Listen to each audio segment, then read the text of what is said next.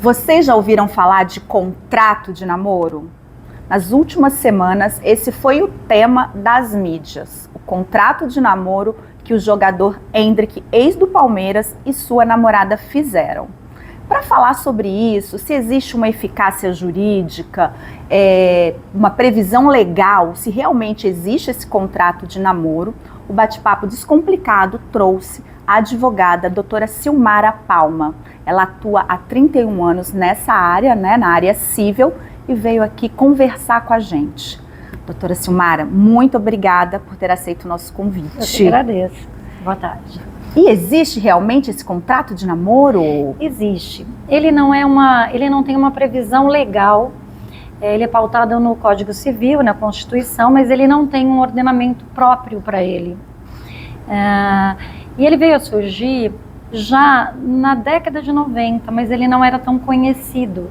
Ele passou a ser conhecido dos últimos anos para cá, porque parece que tem bastante celebridades que acabaram optando por essa instrumentalização jurídica. E tem a ver o contrato de namoro, que parece que a namorada do Endrick fez, foi até alvo de chacota aí na mídia, dizer várias vezes eu te amo por dia. O contrato de namoro, ele tem a ver com a união estável ou tem alguma diferença? Ambos são relacionamentos afetivos, só que no caso do namoro, ele não tem nenhuma implicação legal. Ele não tem o objetivo de constituir família. E esse objetivo de constituição da família é o que difere o namoro de uma união estável. Ou seja, ela não vai ter direito aos bens? Não, ela não vai ter direito a nada juridicamente falando. Ao passo que uma relação de união estável, a pessoa passa a ter. Ela tem direito à partilha, à herança, pensão alimentícia. No namoro, não. Então, basicamente, o que difere um do outro é o ânimos que nós dizemos, é a intenção de se constituir família. Peraí, vamos lá. Eu, como leiga, eu não entendi. Para que serve, então, um contrato de namoro? Então, vamos lá. O contrato de namoro, ele basicamente serve para você estabelecer regras daquele namoro. Elas têm que ser adstritas ao namoro, a uma relação de namoro. Mas a maioria das pessoas que optam por este contrato, elas querem evitar a configuração de uma união estável. Eu vou, talvez, com um exemplo, eu facilite isso para você. Vamos imaginar que a gente tenha dois jovens que namorem e eles entrem numa faculdade em São Paulo. E eles vão a São Paulo, então eles têm uma relação pública, duradoura, eles namoram há algum tempo, e eles vão morar juntos. Mas eles não têm a intenção ali de uma família, eles só estão coabitando, eles só estão partilhando despesas. A intenção deles é clara, quando acabar aquela faculdade, cada um vai voltar para sua casinha, casa do seu pai, casa da sua mãe, e não tem um objetivo ali de se constituir uma família. Entende? Então isso serve para, no caso, a menina ficou 2 anos coabitando com um namorado, quando terminar a faculdade, ela entra com um pedido de união estável. Aí ele tem um contrato de namoro que fala, ops, aqui não. Seria isso? Seria isso, mas aí tem uma pegadinha. Eu posso ter um contrato de namoro e no decorrer dessa minha relação com essa pessoa, esse namoro ter se convolado numa união estável. Então vamos imaginar a seguinte situação. Eu hoje essa jovenzinha foi morar com o namorado ou com a namorada, porque independe dessa questão de ser homoafetiva ou não, e foram morar juntos, não tinham a ideia de constituir família, era realmente partilhar as despesas, resolveram fazer um contrato de namoro, só que aí no meio desse caminho, eles resolveram se formar, resolveram continuar ali morando juntos, tiveram um filho, às vezes nem filho tiveram, mas podem ter tido um filho, começaram a agregar valores, a comunhão de valores para uma vida em comum. O objetivo passou a ser uma vida em comum. Então, ali, aquele contrato começa a se caracterizar. E aquele contrato de namoro, ele vai perder eficácia. Então, o que a gente sugere quando alguém nos procura nesse caso, olha, quero fazer um contrato de namoro. Você quer mesmo? Ah, eu quero, eu não tenho intenção de que isso vire uma união estável. Então, a cada 6 meses, a cada 1 ano, vai e renova esse contrato, para que não deixe nenhuma dúvida. Então, ele tem uma eficácia jurídica? Ele tem uma eficácia jurídica. E se alguma das partes romper com esse acordo, pode caber a multa? Sim, pode, porque aí assim, vamos lá, nós tínhamos inicialmente um contrato de namoro e uma das partes passou a entender que aquela relação estava virando uma união estável. Se a outra não está, ele vai se defender com base naquele contrato de namoro. Agora, imagina uma situação, esse casal jovem tem um filho em comum, mora junto, compra um carro juntos, tem uma comunhão de uma construção de uma vida. Então, esse contrato de namoro teve sentido lá atrás, hoje já não tem mais. Entendi. Entendeu? Então, novamente, só batendo nessa mesma tecla, a diferença do namoro para a união estável, bem assim, de forma leiga. De forma leiga, o namoro, ele é uma relação de afetividade entre 2 parceiros e não gera nenhum efeito legal. Se eu terminar com o meu namorado, eu não tenho direito a nada. Valeu, foi uma experiência boa e acabou. Se eu tenho uma união estável, essa união estável ela vai gerar direitos. Então vamos supor, se eu estou vivendo em união estável com uma pessoa e ela vem a falecer, eu vou ter direito na herança. Se eu resolver me separar, eu tenho direito na partilha de bens, pensão alimentícia. Ah, mas Silmara, e se eu não tiver nenhum contrato? Não precisa ter. Para união estável você pode ter. Você não precisa ter nenhuma instrumentação jurídica, bastam as testemunhas, né, todos os elementos, as provas, tal, basta produção de provas. Mas muitas pessoas optam por fazer uma escritura pública no cartório e declaram, isso facilita muito para fins de convênio, tem essa parte aí. Então, a questão o namoro, por mais que você more junto com a pessoa, mas se ali é um namoro, essa pessoa não vai ter nenhum benefício legal que a ampare. E você já tinha ouvido falar sobre esse contrato de namoro antes desse boom aí do Hendrik? Então, é o que nós falamos. No mundo jurídico, ele já não é tão novo. Ele já ele passou, acho que os primeiros casos foram na década de 90. Mas não foi uma coisa que teve tanta projeção. O mundo jurídico tinha essa noção, mas assim, para o grande público, isso passou a ter de uns anos para cá. Porque tem umas notícias na internet, a gente sempre escuta, vê alguma coisa, de alguns famosos que já fizeram esses contratos de namoro, né? Geralmente você parte do princípio que é alguém que tem algum patrimônio, que quer blindar esse patrimônio, né? Então, ela pode... Geralmente, então, são as celebridades, vamos dizer assim. Geralmente. O que a gente vê é que algumas cláusulas desses contratos, elas são nulas. Eu já vi um contrato, por exemplo, em que constava que a namorada não poderia engordar. Se ela ganhasse peso, teria uma penalidade lá que eles estabeleceram. Isso é nulo, isso não existe. Não existe. Entendeu? Então, existe toda uma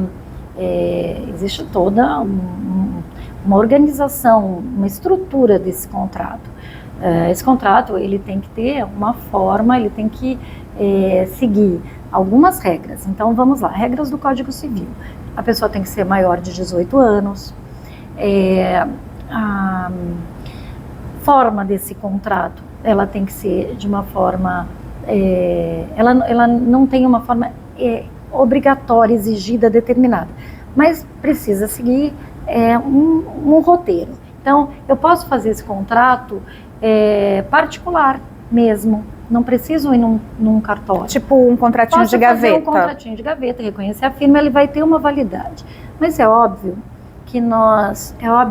que se você quiser formalizar isso um pouco mais, vai no cartório de notas Eles têm até modelos lá. Vai no cartório de notas, faz o contrato e depois precisa registrá-lo no cartório de registro de títulos e documentos, para ter uma validade.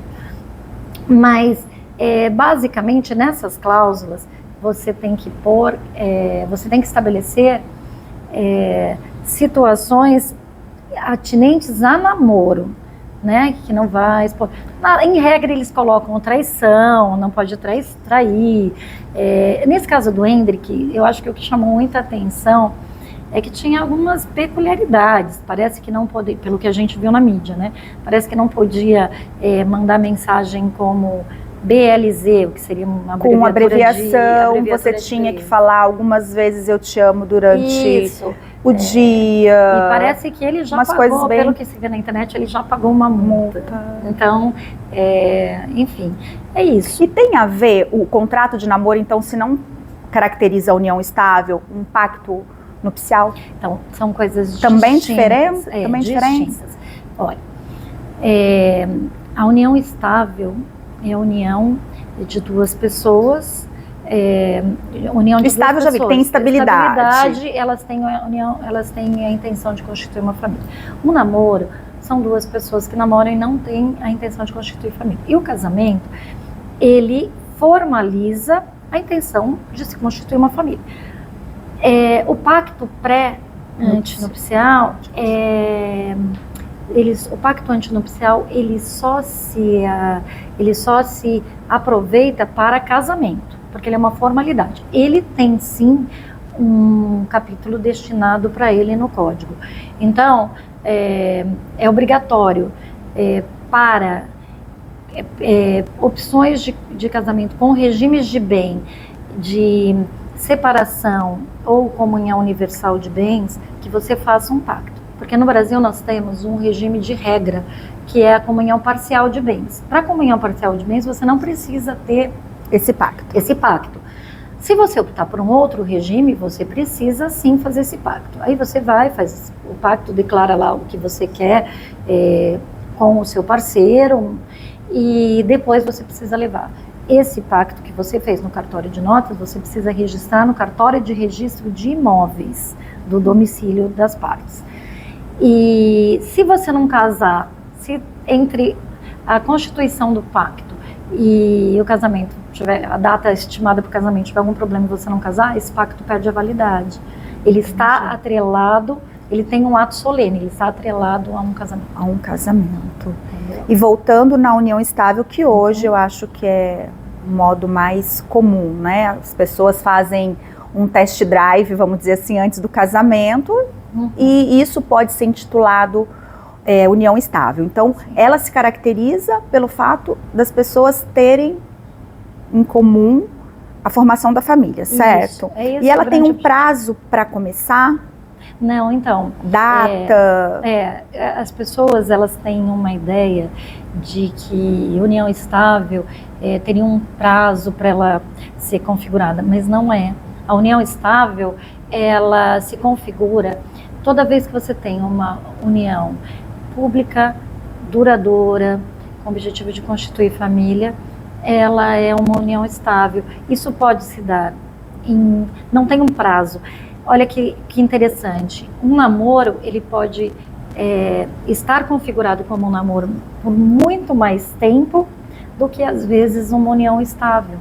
Uma união estável, ela pode ser configurada como uma união estável com muito menos tempo, às vezes, do que um namoro. Entendeu? Então, eu conheço pessoas que namoram, cada um mora na sua casa, que namoram há anos, muitos e muitos anos, entendeu? Mas eles não têm o objetivo de constituir uma família.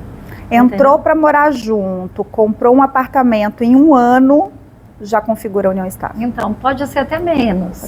Até menos, mas morar juntos não é o fator principal.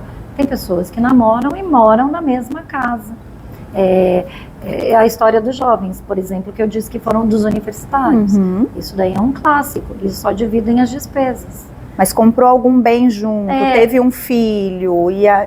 Exatamente. Começou a ter uma comunhão de interesses, de bens. Olha, veja, Aquele casal jovenzinho continuou morando juntos e aí eles resolveram mudar de um apartamento, foram para um apartamento maior, resolveram comprar móveis juntos, estão ali, fazem mercado juntos, compraram móveis, seguiram a vida, descaracterizou aquilo que inicialmente. Eles se formaram e eles estão ali trabalhando, mas eles continuam ali juntos, eles viajam juntos, eles passam o Natal juntos. Eles já viraram um casal, já configuraram um casal que vive em união estável, entendeu?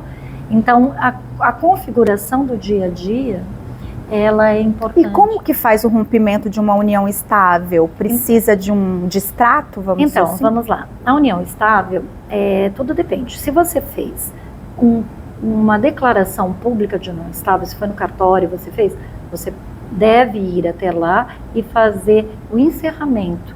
Para que isso? Para você ter uma data marco do início e do fim. Porque imagina uma situação em que você não fecha essa união estável e a pessoa que estava com você, o teu companheiro, sai e contrai um monte de dívidas, entendeu? Porque o reflexo da união estável, ela tanto é para os bens como para as dívidas. Então, assim, você não pode deixar esse fio solto, você tem que fechar. Se você não fez uma declaração pública de união estável, ok, você se separa e cada um vai para o seu lado e tudo bem, né? Mas existem casos que, por exemplo, você tem filhos.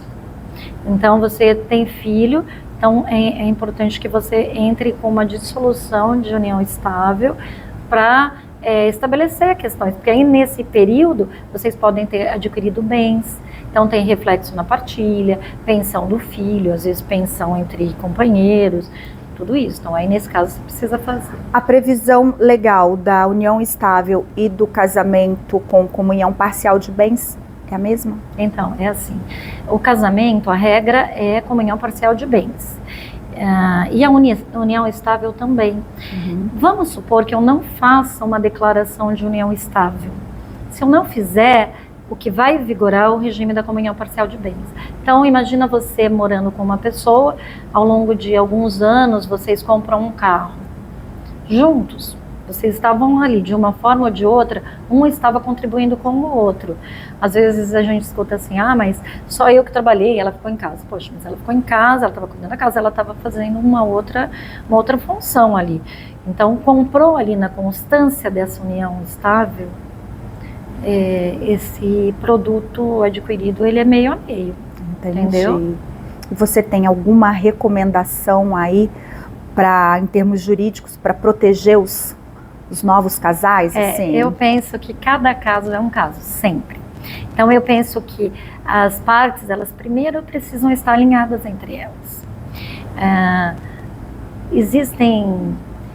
A gente parte do pressuposto de que você está com alguém que você confia, principalmente nessa área de namoro, está começando um relacionamento. Então você precisa partir de uma base de confiança. Mas além dessa questão, existem outras questões que envolvem. Eu sei lá, já tenho algum patrimônio que eu trago, eu quero blindar, eu não sei se esse namoro vai para frente ou não, e essa pessoa já vai ficar na minha casa por um tempo, acaba que quando começa o namoro, a pessoa começa a ir, dorme, fica um tempo, vai ficando, vai trazendo roupa, eu não quero isso ainda. Então, nesse caso, a recomendação que eu dou é procure um advogado para que ele te assessore nesse aspecto. E aí sim, talvez valha a pena essa questão do contrato de namoro sem nenhum melindre. Vamos estabelecer, olha, o namorado que eu quero ter é um namorado que eu saia, eu não quero ir para casa da minha sogra todo domingo, eu não quero ser traída, algumas coisas, então vamos estabelecer, tá bom para você? Vamos pôr no papel? Vamos, coloca-se no papel, entendeu? Mas é de cada casal. A gente vai encontrar parceiros que vão se sentir extremamente ofendidos. Então, isso que eu ia falar, eu acho que é muito difícil numa relação que você está começando, você chegar e colocar um monte de regras, né? Parece até que tá comigo, mas não confia em mim.